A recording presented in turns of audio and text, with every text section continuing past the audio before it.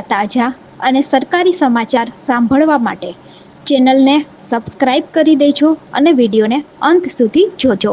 મિત્રો, વાત કરીશું આજના 10 મોટા સમાચારની. એ પહેલા ચેનલની અંદર નવા છો તો ચેનલને સબસ્ક્રાઇબ જરૂરથી કરી દેજો. આપણી ચેનલ ગવર્મેન્ટ સાથેમાં રોજ 10 નવા સરકારી સમાચાર સાંભળવા માટે ચેનલને બીજા લોકો જોડે શેર કરો. સૌથી મોટા સમાચાર છે 1.17 કરોડ લોકોનું રાશન કાર્ડ રદ કરવામાં આવશે. કેન્દ્ર સરકારે રાશન કાર્ડ ધારકોની યાદીમાં મોટા પાયે છટણી શરૂ કરી દીધી છે. ખાદ્ય અને જાહેર વિતરણ વિભાગે પ્રથમ વખત તે રેશન કાર્ડ ધારકોની યાદી તૈયાર કરી છે જે મફત રાશન લેવા માટે પાત્ર ન હોય તો પણ લાભ લઈ રહ્યા છે. આવી યાદીની અંદર લગભગ 1.17 કરોડ લોકોનો સમાવેશ થાય છે. આ એવા લોકો છે જેમને 4 પૈડાવાળી ગાડી છે, અથવા તેઓ ટેક્સ પેયર છે, અથવા તો કોઈ પણ કંપનીના ડાયરેક્ટર છે. કેન્દ્ર અને રાજ્ય સરકારે આ મોટો નિર્ણય લીધો છે અને કેન્દ્ર સરકારે બધા જ રાજ્યને આદેશ આપ્યો છે કે 30 સપ્ટેમ્બર સુધીની અંદર અપાત્ર કાર્ડ ધારકોને દૂર કરે. ગુજરાતની અંદર પણ વાત કરીએ તો 56 લાખ જેટલા રાશન કાર્ડ એવા છે કે જેમને નોટિસો આવી છે અને જો એ સાચા છે તો એમને 7 દિવસમાં પુરાવાઓ રજૂ કરવાના છે. તો હવે જે લોકો પાત્રતા નહીં ધરાવતા એ લોકોના રાશન કાર્ડ જલ્દીથી રદ થઈ જશે. બીજા મોટા સમાચાર છે બિલિંગ કાઉન્ટર ઉપર મોબાઈલ નંબર આપવો ફરજિયાત છે કે નહીં. ઘણી બધી વખત આપણે જ્યારે ખરીદી કરવા જતા હોઈએ ત્યારે આપણો મોબાઈલ નંબર બિલિંગ કાઉન્ટર દ્વારા માપવામાં આવતો હોય છે, પરંતુ ઘણા બધા લોકોને પ્રશ્ન થતો હોય કે આપણે આ મોબાઈલ નંબર આપવો જરૂરી છે કે નહીં. જો તમે કોઈ પણ દુકાન કે મોલમાંથી ખરીદી કરવા જાઓ અને બિલિંગ કાઉન્ટર ઉપર તમારો મોબાઈલ નંબર માંગવામાં આવે તો યાદ રાખો કે તે આપવો કે ન આપવો એ સંપૂર્ણપણે તમારી ઈચ્છા છે. ભારતના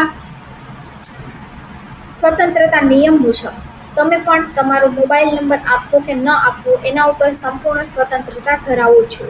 કોઈ પણ દુકાનદાર તમને મોબાઈલ નંબર આપવા માટે દબાણ કરી શકે નહીં. જો તમે ઈચ્છો તો નંબર આપી શકો છો, પરંતુ જો તમે ન આપવા માંગતા હોય તો તમે ઇનકાર કરી દો છો. આ તમારો અધિકાર છે અને ઘણા બધા લોકો આના વિશે નથી જાણતા. ત્રીજા મોટા સમાચાર છે દીકરીઓ માટે 50,000ની સ્કોલરશીપ. AICTE પ્રગતિ શિષ્યવૃત્તિ હેઠળ પસંદ થનાર દરેક દીકરીને દર વર્ષે 50,000 રૂપિયા સુધીની નાણાકીય સહાય આપવામાં આવે છે. આ રકમનો ઉપયોગ દીકરીઓની ટ્યુશન ફી, હોસ્ટેલ ફી, પુસ્તક, સાધન અને અન્ય શૈક્ષણિક ખર્ચ માટે કરી શકાય છે. આ સહાય સતત 4 વર્ષ સુધી કોર્સની અવધિ પ્રમાણે આપવામાં આવે છે અને આ યોજનાનો લાભ ફક્ત દીકરીઓને જ મળશે. અરજદાર ભારતના નાગરિક હોવા જોઈએ અને માન્ય AICTE મંજૂર કરેલ સંસ્થામાં એન્જિનિયરિંગ, ટેકનોલોજી જેવા કોર્સની અંદર પ્રવેશ લીધેલો હોવો જોઈએ. આની અંદર અરજી કરવા માટે પરિવારની વાર્ષિક આવક 8 લાખ રૂપિયાથી ઓછી હોવી જોઈએ. આ ઉપરાંત પરિવારમાં ફક્ત 2 દીકરીઓને આ સ્કોલરશીપનો લાભ મળશે.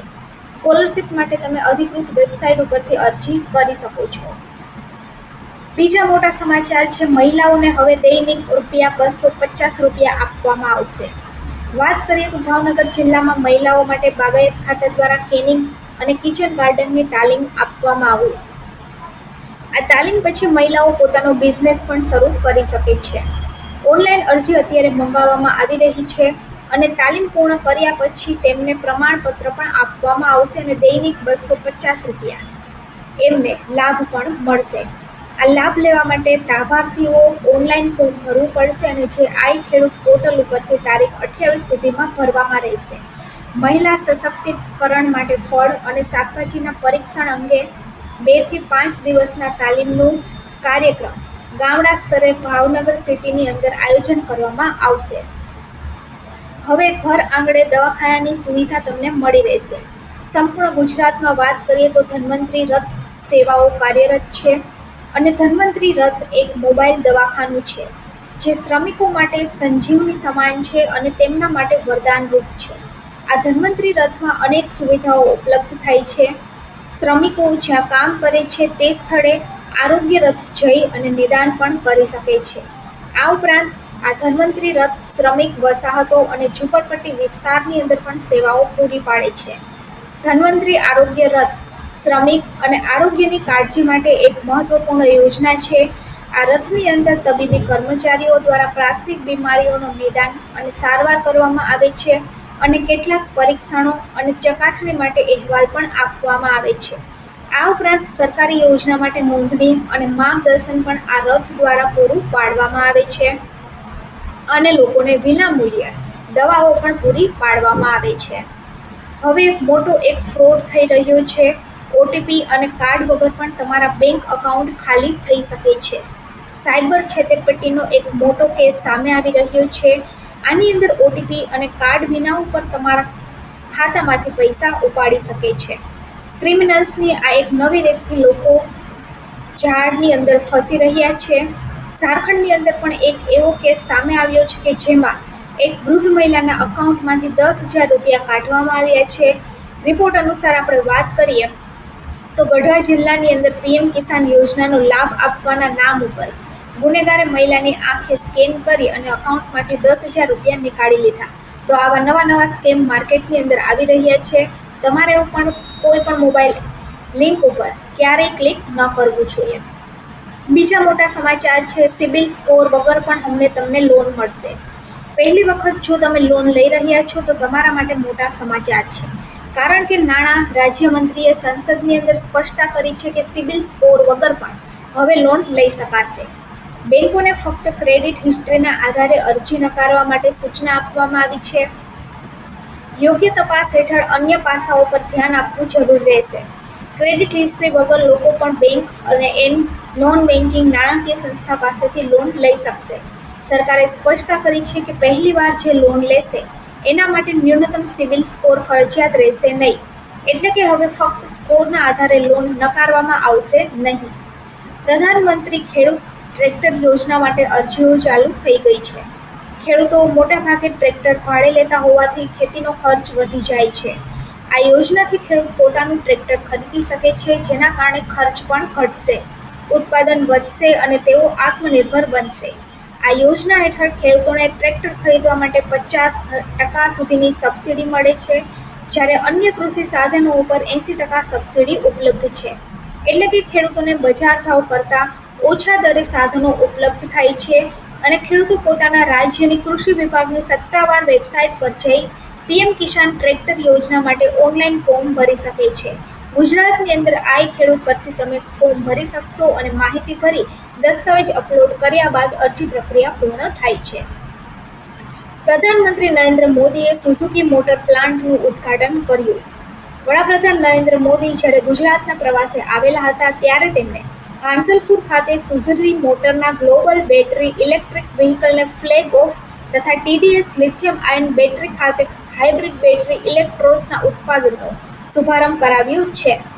26મી ઓગસ્ટના રોજ વડાપ્રધાન બેચરાજી માંડલ વિસ્તારમાં આવેલા હાંસલપુર ખાતે સુઝુકી મોટર પ્લાન્ટ ખાતે 2 ઐતિહાસિક કાર્યક્રમમાં હાજરી આપી હતી અને પ્રથમ વખત ભારત નિર્મિત બેટરી ઇલેક્ટ્રિક વાહન વિતારાનું પીએમ મોદીના હાથે વૈશ્વિક ફ્લેગ ઓફ કરવામાં આવ્યું છે. આ સાથે જ હવે દેશમાં 100 દેશોની અંદર આ ઇલેક્ટ્રિક કારની નિકાસ પણ કરવામાં આવશે. મોટા સમાચાર છે, વાઇબ્રન્ટ ગુજરાત કોન્ફરન્સ. દર વર્ષે ગુજરાતની અંદર વાઇબ્રન્ટ ગુજરાત થાય છે, જેનો ઉદ્દેશ્ય ઉદ્યોગોને પ્રોત્સાહન આપવાનું છે. સીએમ ભૂપેન્દ્ર પટેલની ઉપસ્થિતિમાં ગુજરાતની અંદર વાઇબ્રન્ટ ગુજરાત રિજનલ કોન્ફરન્સના લોગો, વેબસાઇટ, એપ્લિકેશન લોન્ચ કાર્યક્રમ યોજાયો હતો. આ કોન્ફરન્સના 4 ઝોન વાઇઝ વિવિધ સમયે મહેસાણા, રાજકોટ, સુરત અને વડોદરા ખાતે યોજાશે. ગુજરાતના ધંધા, વેપાર તથા ઉદ્યોગને વેગ મળે તે હેતુસર ગુજરાત સરકાર દર વર્ષે આયોજિત થતી વાઇબ્રન્ટ ગુજરાત સમિટને આ વર્ષેથી રાજ્યના વિવિધ 4 ઝોનની અંદર આયોજિત કરવાનો નિર્ણય કર્યો છે. આગામી વાઇબ્રન્ટ સમિટના સંચાલન માટે સીએમ ભૂપેન્દ્ર પટેલની હાજરીમાં આજે અમદાવાદ ખાતે પ્રી લોન્ચિંગ કાર્યક્રમ કરવામાં આવ્યો હતો. આની અંદર લોગો, વેબસાઇટ અને મોબાઈલ એપ્લિકેશનનું અનાવરણ કરવામાં આવ્યું છે. આ હતા આજના 10 મોટા સમાચાર. આવા જ નવા 10 મોટા સરકારી સમાચાર સાંભળવા માટે આપણી ચેનલ ગવર્મેન્ટ સાથી ન્યૂઝને સબસ્ક્રાઇબ જરૂરથી કરી લેજો. ન્યૂઝ તો તમે જોતા હશો, પરંતુ ફાલતુના ન્યૂઝ જોવા કરતાં આપણા માટે જરૂરી ન્યૂઝ જોવા માટે આપણી ચેનલને આજે જ ફોલો કરી લો.